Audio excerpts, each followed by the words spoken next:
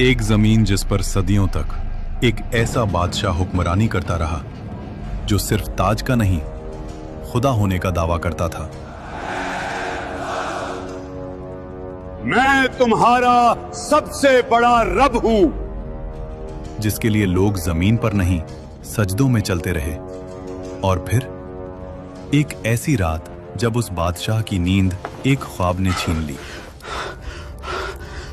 और जब मौत उसके सामने आई तो वो पानी की एक बूंद का भी मुकाबला न कर सका।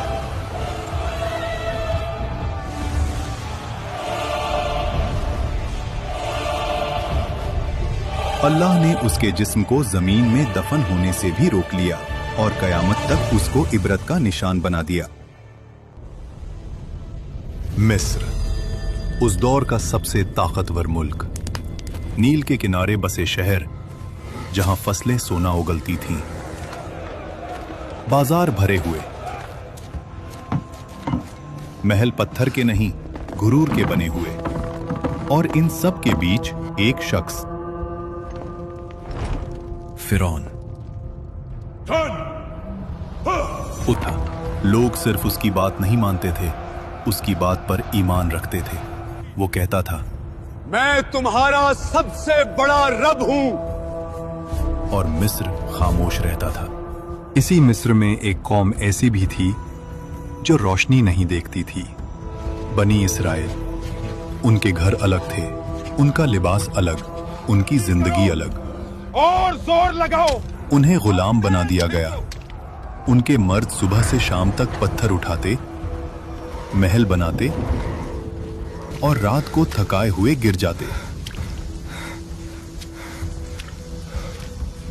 उनकी औरतें सिर्फ जिंदा रखी जाती थीं ताकि गुलामी का सिलसिला चलता रहे। फिरौन ने जानबूझकर इस कौम को कमजोर रखा। Bloody civilians! क्योंकि जो कौम कमजोर हो वो कभी तख्त को नहीं हिला सकती। समझदार के लिए सिर्फ इशारा काफी होता है। तफसीर इब्ने कसीर के मुताबिक एक रात फिरौन ने ख्वाब देखा। उसने देखा कि बैतुल मुकद्दस की तरफ से एक आग निकली जो मिस्र के घरों को जला रही थी, लेकिन बनी इसराइल के घर महफूज थे। फिरौन हरास होकर उठ बैठा। ये पहली मर्तबा था जब उसने खुद को कमजोर महसूस किया।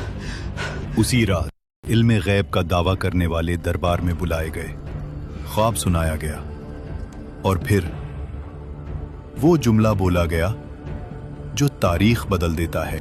बनी इस्राइल में एक लड़का पैदा होगा जो तेरी सल्तनत के जवाल का सबब बनेगा। यहीं से फिरौन का गुरूर वहशत में बदलने लगा।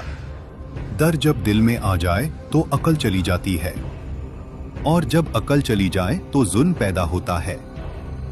फिरौन ने सोचा, मसला पैदा होने से पहले खत्म कर देते हैं, और फिर वो हुक्म लिखा गया जो कानून नहीं कत्लनामा था।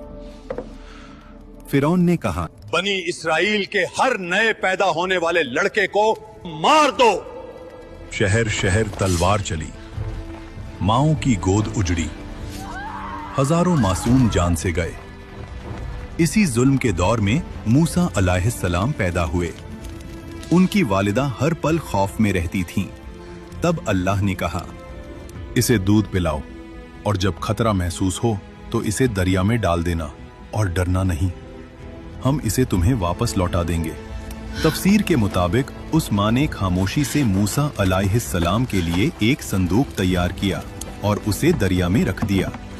दरिया बह रहा था और उस पानी पर एक छोटा सा संदूक।